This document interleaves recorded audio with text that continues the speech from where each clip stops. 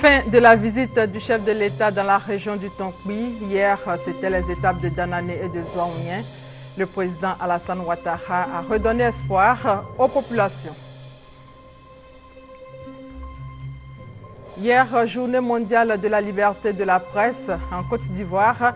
L'événement fêté ce samedi est marqué par une marche des journalistes.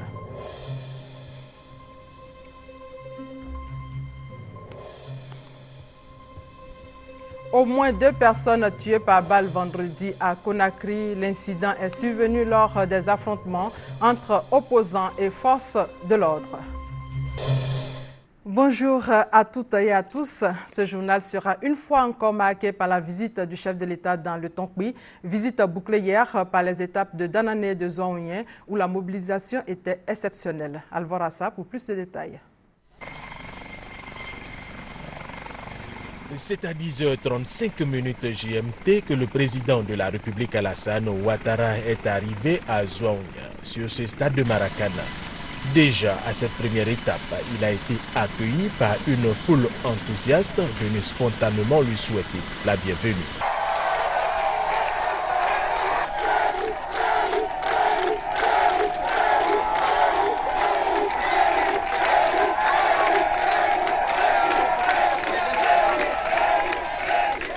Des honneurs militaires lui sont rendus par un détachement de l'école de gendarmerie de Torogué et le bataillon de la sécurisation de l'Ouest.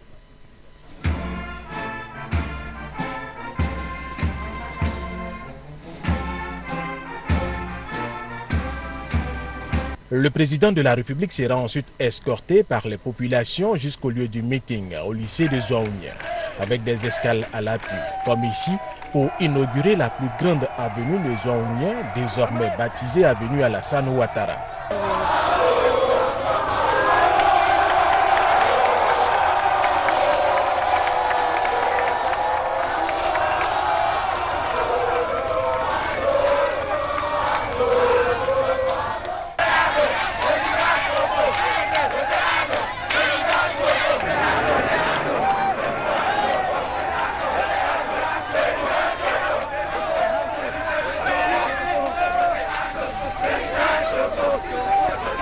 Cette mobilisation pour accueillir le président de la République est à la satisfaction des fils et filles des Zouaouniens. La mobilisation est au point, la mobilisation est au rendez-vous. C'est une grande satisfaction pour nous parce que la vie d'un chef d'État, le signe ou les signaux forts que nous pouvons avoir, c'est la qualité de la mobilisation. Et c'est un réconfort pour nous. Nous battons le record de la mobilisation. Il est clair que quand on voit la qualité de la mobilisation, il n'y a pas match, comme on le dit. La seconde fois en moins d'1 an qu'il nous rend visite.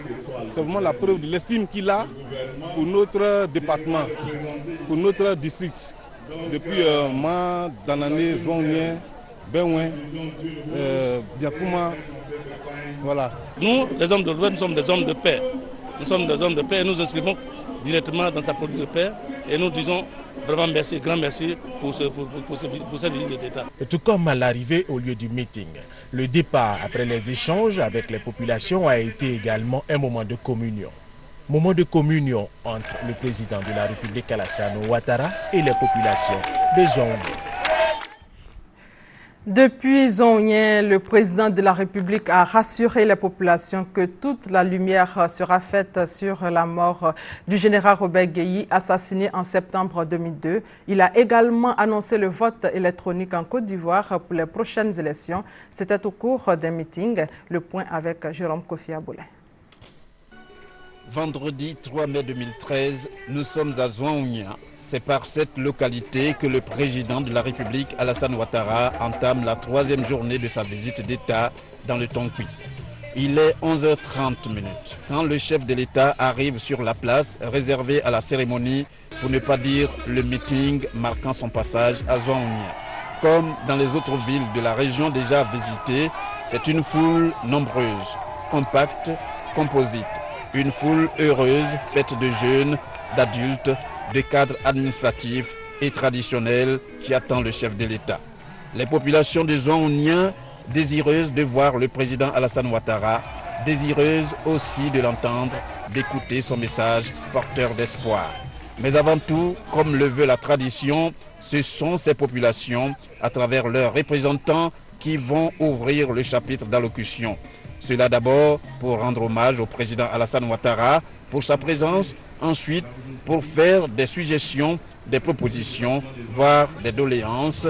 Ce dernier point pour être en phase avec l'adage qui dit que c'est la main qui demande, qui reçoit, pour faire ainsi allusion aux nombreuses attentes en pareilles circonstances. Après donc la traditionnelle bienvenue, des doléances comme bitumage de voiries, amélioration d'infrastructures de santé, scolaire, de l'administration, électrification des villes et villages, pour ne citer que ces préoccupations-là, égrenées et par le maire de Zouaonia et par le député de la dite localité. Le président de la République, Alassane Ouattara, tout en prenant acte de ses doléances, se dit toujours déterminé à œuvrer pour le bien-être de ses concitoyens, non sans inciter à la cohésion, la paix, la réconciliation, toutes choses nécessaires pour un développement harmonieux de la Côte d'Ivoire. Notre objectif, c'est d'améliorer les conditions de vie de nos concitoyens. Et nous sommes venus pour voir si cela a bien commencé. Et je suis heureux de dire que cela a bien commencé. Mais ce n'est pas assez, parce que nous avons trouvé un pays totalement effondré, un pays qui était dans un bas-fond. Donc, quand vous êtes dans un fossé, pour en sortir, il vous faut une échelle. Maintenant, nous sommes sur terre, car nous avons surmonté ces épreuves, nous sommes sortis des difficultés de la crise post-électorale et aussi de la mauvaise gestion des 10 précédentes années. Et maintenant, nous pouvons réaliser des choses pour les populations. Et vous savez que nous avons réglé des problèmes d'eau à Man, à Biancouma, et ici même, nous sommes en train de terminer le raccordement qui permettra de faire du manque d'eau à Biancouma un mauvais souvenir d'ici la fin du mois de juillet. Chers frères, chères sœurs, nous sommes sur la bonne voie et tout est mis en œuvre pour améliorer les conditions de vie de nos concitoyens et nous sommes confiants et nous réussirons. Et nous réussirons parce que chacun de nous fera en sorte de contribuer au développement de la Côte d'Ivoire. Une Côte d'Ivoire en paix et en sécurité. Et je compte sur chacune et chacun de vous. Après des échanges d'allocutions, des échanges de dons, les populations de Zouaonia vont en faire autant qu'ils vont en recevoir. Et de la part du président de la République, des équipements, notamment un tracteur, des camions, une ambulance pour l'hôpital général de Zouaonia, ainsi que des véhicules pour le corps préfectoral. Des gestes dignes, des acclamations très nourries au président de la République, Alassane Ouattara, au moment où il décide de prendre congé de ses hôtes. Grande mobilisation également à Danané. Les populations ont accueilli le chef de l'État dans la ferveur. Ambiance avec Jean-Jacques Kwamiala. Danané, à environ 80 km de la capitale du Tonguiman. Ce vendredi, les populations convergent vers un seul lieu, le stade. C'est ainsi que le président Alassane Ouattara était attendu cet après-midi pour un meeting au 3e jour de sa visite d'État dans la région. Avant son arrivée, la population venue de Danané, des villes et villages environnants se mobilise.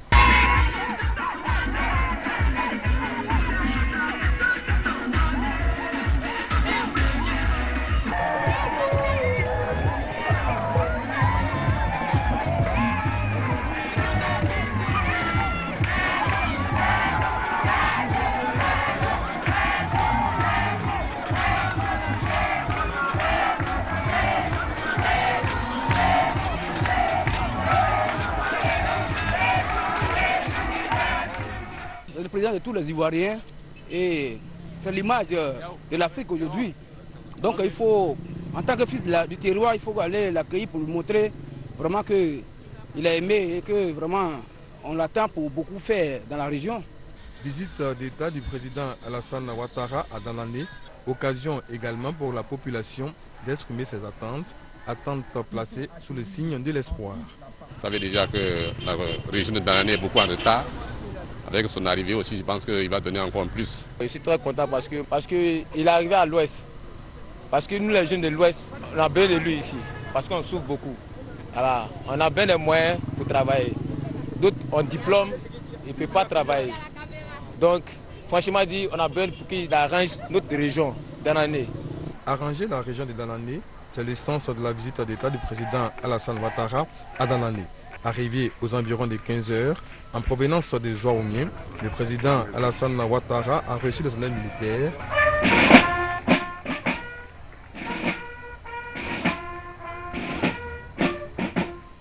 Puis, les salutations des autorités administratives et politiques de la région. Tout de suite après ces salutations, le chef de l'État a mis le cap sur le stade où la population en liesse lui a réservé un accueil chaleureux. Et comme à Zouaoumien, à Danané, le président a animé un meeting. Le chef de l'État a parlé de développement. Il s'est également prononcé sur plusieurs questions d'actualité. Les temps forts de ce meeting avec Awa Touré. Dernier meeting de la visite d'État du président de la République Alassane Ouattara dans la région du Tonki. C'est à Danané, au pied du Mont Nemba. Et le chef de l'État est venu avec de grands projets de développement pour tout le district des montagnes. Le bitumage de la voie Danané frontière de la Guinée, le chemin de fer Mans-San Pedro, l'ouverture prochaine des mines de fer et de nickel du Mont Clayo et de Sipilou. La bonne nouvelle pour les jeunes, l'ouverture de l'université de Mans en septembre 2014. Je vous avais dit que je prévoyais sur les 5 années d'investir 1055 milliards de francs CFA dans le district des montagnes. Alors je viens vous dire aujourd'hui que nous sommes sur la bonne voie et que nous allons réaliser ces investissements. Oui, nous avions sélectionné une série de grands projets. Le chemin de fer Mans-San Pedro, les financements sont déjà obtenus. C'est plus d'1,5 milliard de dollars, c'est-à-dire 750 milliards de francs CFA. Et la finalisation de la convention est en cours et il est certain que ces travaux commenceront dans quelques mois. Et je vous avais dit également que nous allions procéder à l'exploitation du minerai du Mont Clayo. D'ailleurs, la société qui fait le chemin de fer envisage également de le faire en raison de l'exploitation du fer du Mont Clayo et bien entendu d'aller au-delà pour le Mont Gao. Et également, nous avions parlé des mines de nickel de Sipilou.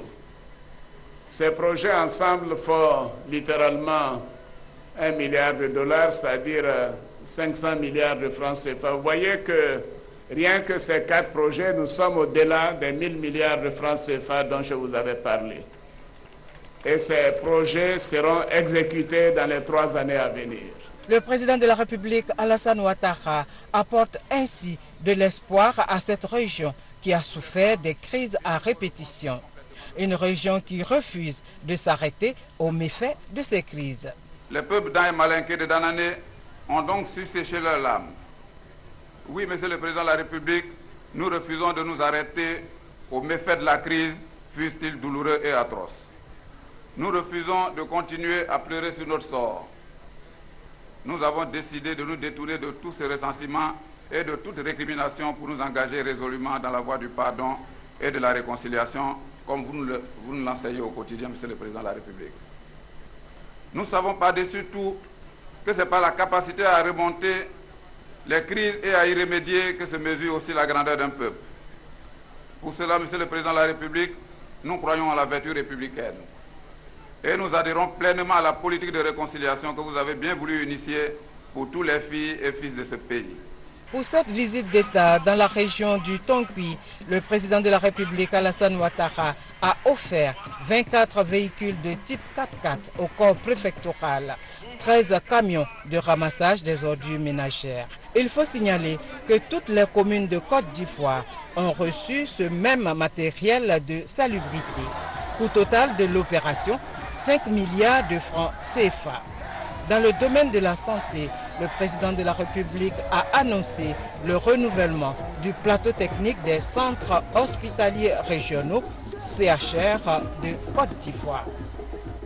Agenda chargé donc pour le président de la République dans la région du Tonkwí. Le chef de l'État a reçu les familles du général Gueux Michel et de feu François Goué, ancien compagnon de lutte et délégué départemental du RDR. Le point de ces deux rencontres avec Thomas Guessambi. Deuxième chapitre du programme de visite d'État du président Alassane Ouattara à Zouaounia, les audiences. Le chef de l'État en a accordé deux avec la même énergie et la même chaleur ce vendredi. La première à la famille d'un de ses plus proches collaborateurs, le général de corps d'armée Michel Gueux, chef d'état-major particulier du président de la République. Accompagné de son épouse, de sa génitrice et de ses sœurs, et en présence des ministres d'État Ahmed Bakayoko, Albert Mabry-Touakeus et Ibrahim Ouattara, le général Michel Gueux a échangé avec le couple présidentiel sur des questions de développement de Benouin. Le chef de l'État devait visiter la région de Benouin et donc communier avec la population de Benouin. Mais compte tenu de son programme surchargé, ce n'est que partie remise. Cependant, il a fait l'honneur de nous recevoir pour communier avec les membres de la famille Gueux, nous avons échangé. Et nous avons aussi parlé un peu du développement de la région, bien que des voies plus autorisées l'aient déjà fait. Mais en tant que fils de la région, en tant que cadre de la région, j'ai donc appuyé les doléances qui ont été faites par le porte-parole des populations et par donc le porte-parole aussi du peuple. Aujourd'hui, Benouin peut profiter du fait que je sois proche du président de la République dans le domaine du développement et dans d'autres domaines. Nous devons recevoir par exemple un tracteur à Benouin pour avancer les ordures, etc. Donc ça va au-delà de la famille Gueux, ça va, n'est-ce pas, c'est la sous-préfecture de Benouillet. La deuxième audience a été accordée à la famille Goué, la famille d'un compagnon de lutte, ancien député de Danané et ancien délégué départemental du RDR, décédé en 2009. Avec sa famille, accompagné pour la circonstance du maire de la commune de Danané, il s'est agi d'encouragement, de réconfort et de solidarité à l'endroit de la famille de l'illustre disparu. Nous sortons satisfaits parce que le président a un bon souvenir de ce qui s'est passé depuis 1990 jusqu'à maintenant. Compagnon de lutte politique, compagnon de lutte professionnel, tout ce qui s'est passé, le président a rassuré la famille quant à la prise en compte de tout ce qui pourrait être éventuellement fait au niveau du village, au niveau de Danané.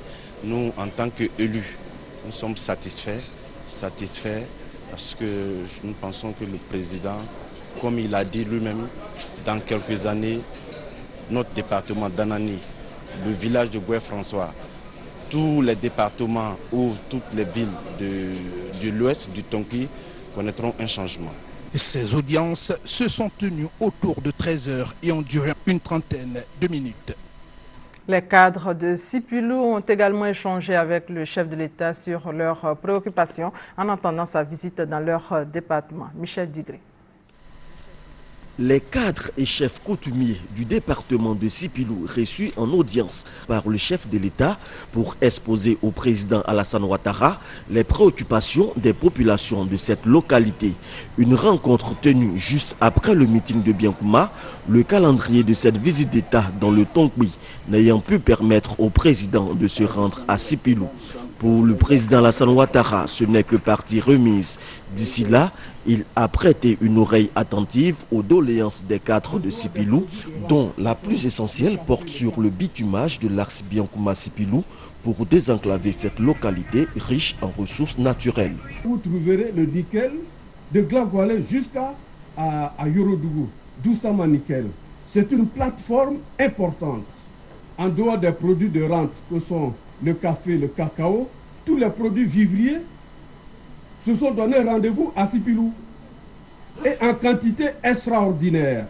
Mais faute de route pour les évacuer, Excellence, Monsieur le Président de la République, quelquefois ces produits-là pourrissent là-bas. Pour le président Alassane Ouattara, toutes les difficultés des populations de Sipilou et celles des autres départements du pays trouveront solution dans le temps. Pour l'heure, il s'est engagé à régler les problèmes prioritaires.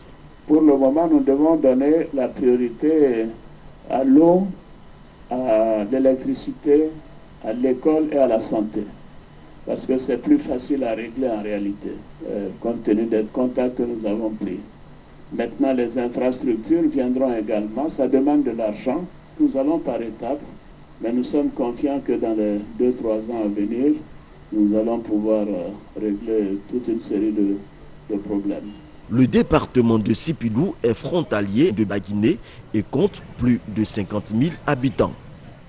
Dans le Tonkpi, vous le savez, le chef de l'État est accompagné de la première dame pour cette visite d'État. Dominique Ouattara a inauguré le centre de protection de la petite enfance de Zouanougne, réhabilité et équipé par sa fondation. Ce centre porte d'ailleurs son nom. Ce sont 81 enfants qui fréquentent ce centre qui sont heureux. Viviane Aïmé. Il y avait beaucoup de joie et de reconnaissance dans les cœurs de ces femmes. Elles l'ont exprimé à travers leur chant à la première dame Dominique Ouattara, venue inaugurer le centre de protection de la petite enfance de Zouanougne. Ce jardin d'enfants public vient d'être entièrement réhabilité et équipé en matériel de travail et en jouets par la présidente fondatrice de Children of Africa. À son arrivée, la première dame a dévoilé la pancarte du centre, désormais baptisé Centre de protection de la petite enfance Dominique Ouattara de Zouanougne. Puis, elle a visité les installations. Dans les classes, les petits écoliers l'ont remercié à travers des chants. C'est avec un plaisir évident que la présidente fondatrice de Children of Africa a constaté la joie des petits écoliers dans leur nouveau cadre éducatif et récréatif rénové. La première dame, Dominique Ouattara, qui avait à ses côtés les ministres Anne Ouloto et Kandia Camara, a remercié les responsables du centre de l'avoir baptisé de son nom.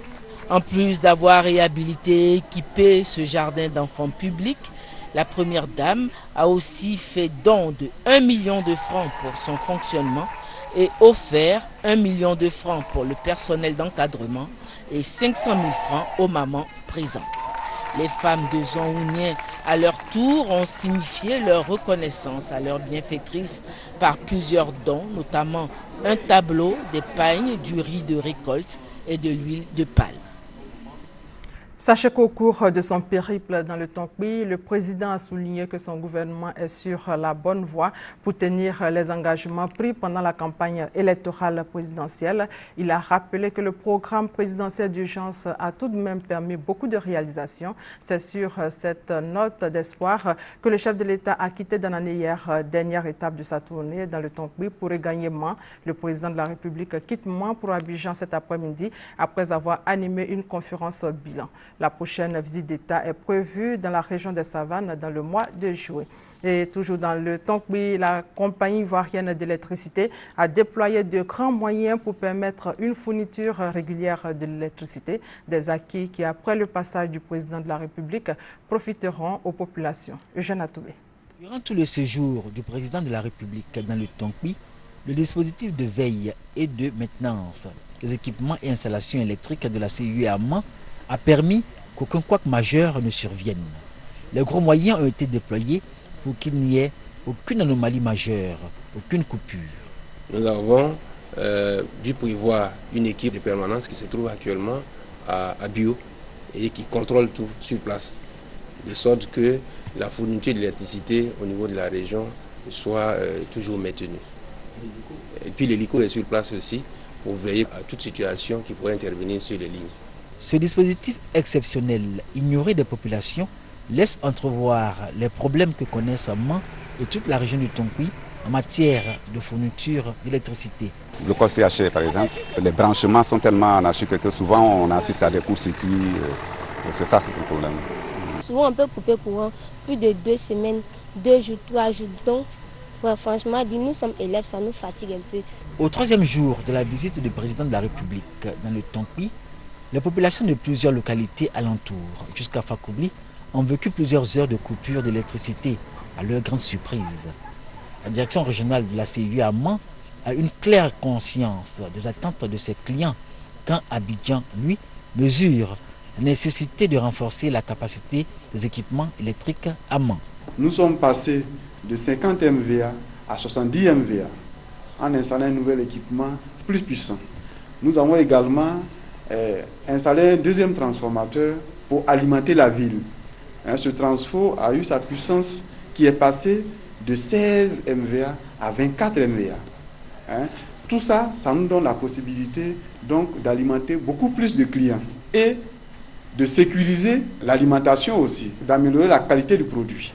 Depuis la première visite dans le district des montagnes du président de la République, l'alimentation de Mans et nombreuses localités en électricité a connu une nette amélioration. La CIE à l'envie parle même d'investissements colossaux faits par l'État. Il ne doute que pour une vraie réconciliation CIE-population, il faut que celle-ci arrête la fraude et le vandalisme sur les installations, mais aussi que l'autorité en charge du secteur énergie en Côte d'Ivoire communique sur l'état réel des installations et équipements, lesquels ont souffert d'investissements pendant plus de 10 ans. Le réseau routier de la ville de Mans est dans un état dégradé. Si la ville a pu avoir environ 4 km de bitume du programme présidentiel d'urgence, les populations espèrent que la récente visite du chef de l'État sera l'occasion de relancer d'autres travaux de voirie. Eugène Atoubé. Sur cette rue de Mans au quartier Commerce, automobilistes et motocyclistes circulent K1 à longueur de journée. Le spectacle est devenu banal pour les populations de la cité des 18 montagnes, tellement elles en ont l'habitude. Dans nombreux quartiers de Mans, la quasi-totalité des routes présentent la même réalité à des habitants exaspérés. Tu peux voir c'était là au commerce avec la grande mosquée de Mans, c'est tout. Là, de la préfecture en passant par la mairie venant sur le trésor n'est pas bitumé. Alors c'est une voie centrale aussi de la ville de Mans. Tout le monde a peur de la poussière. Bon, si ce n'est pas l'arrivée du président que les gens ils ont enlevé un peu de poussière sur les murs du préfet, bon, sinon ce n'est pas facile. Les populations de Mans se font l'idée d'une attente contrariée, c'est qu'elles s'attendaient à voir réhabiliter et bitumer toute la voirie de la commune. Hélas, seulement 3 ou 4 km de bitume ont été octroyés à la ville dans le cadre du programme présidentiel d'urgence PPU. De la place de la Solidarité à la gare de Fakobli, de la PMI au quartier Libreville ou de la préfecture au quartier Grand Bapleu, on éprouve beaucoup de plaisir à circuler sur ces différentes routes. Et puis soudain, on se surprend de retomber sur une route caoteuse, comme ici, entre le quartier d'Omoro et le quartier Blocos. À Mans, on nourrit l'espoir que la seconde visite du président de la République sera l'occasion de remettre la question de la voirie au goût du jour. Nous, on veut que vraiment Goudon n'est qu'à verser à moi ici. Là, nous, les chouettes de moi, là, on sera contents. Nous osons vraiment croire que le président Alassane va accorder vraiment les 15 km de bitume qu'il a promis à la population de Mans le 21 avril 2012. La mairie de Mans ne peut pas vraiment avoir la capacité financière de bitumer vraiment la voirie de Mans. Mans, naguère belle et attirante cité, a perdu de sa superbe. Problème de route certes, mais aussi problème d'assainissement et de salubrité, auquel la municipalité semble incapable de faire face. Dans la capitale des 18 montagnes, on espère secrètement que Alassane Ouattara va y apporter la solution. Et puis, autre fait marquant de l'actualité nationale, la célébration de la Journée mondiale de la presse. L'événement a été fêté hier, mais en Côte d'Ivoire, c'est aujourd'hui que les journalistes ont décidé de célébrer cette journée. Journée marquée par une procession allant de la Bibliothèque nationale à la Maison de la presse. Cette manifestation est suivie d'une conférence débat prévue sur le thème « Liberté de la presse et responsabilité ». Le message du gouvernement a été livré par le ministre de la Communication. Hier, jour même de la Journée mondiale de la liberté de la presse, Ousmane Sissavané, directeur général du groupe Cyclone, éditeur du quotidien Le Temps, a été libéré. Le tour de l'Afrique en bref, commençons par la Guinée où il y a eu des affrontements. Plusieurs blessés, dont au moins 5 membres des forces de l'ordre. C'est le bilan de la marche convoquée par l'opposition hier à Conakry. Un gendarme a même été poignardé et plusieurs véhicules blindés ont été endommagés, ce qui a provoqué la colère d'un officier contre ce féticheur, lui aussi visiblement mal en point. Tu viens d'où? Vous vous mettez comme ça t'a sauvé? Et c'est ça t'a sauvé? Volcan! Après, on va dire qu'il y a des gens s'infiltrer. Maintenant, tu es féticheur. Colonel, on voit un monsieur qui a sanglanté. Lui, qu'est-ce que lui il est? C'est un portron, c'est des faux féticheurs. Posez-lui la question. C'est ce que je lui ai dit. Est-ce que ces fétiches l'ont sauvé? L'opposition manifestait contre le décret fixant la date des élections législatives au 30 juin. Elle avait décidé de suivre un itinéraire interdit par les autorités. Le gouvernement sud-africain a annoncé la suspension de 5 membres de l'administration et de l'armée suite au scandale provoqué par l'utilisation d'un aéroport militaire à des fins privées. Sur ces photos, on peut voir les invités de la famille Gupta débarquer sur la base de l'armée de l'air de Waterkloof, près de Pretoria, puis transférés sous escorte policière jusqu'à la station touristique de Sun City. Ils devaient assister au mariage de Vega Gupta, héritière d'une riche famille d'origine indienne très liée à l'ANC. Le gouvernement sud-africain assure qu'aucune autorisation officielle ne leur a été accordée. Et puis, sachez pour terminer que la visite du président dans la région du Tonkpi a pris fin. Ce matin, le chef de l'État a animé une conférence bilan en main. Il regagne Abidjan cet après-midi. Fin de ce journal. Merci de votre fidélité.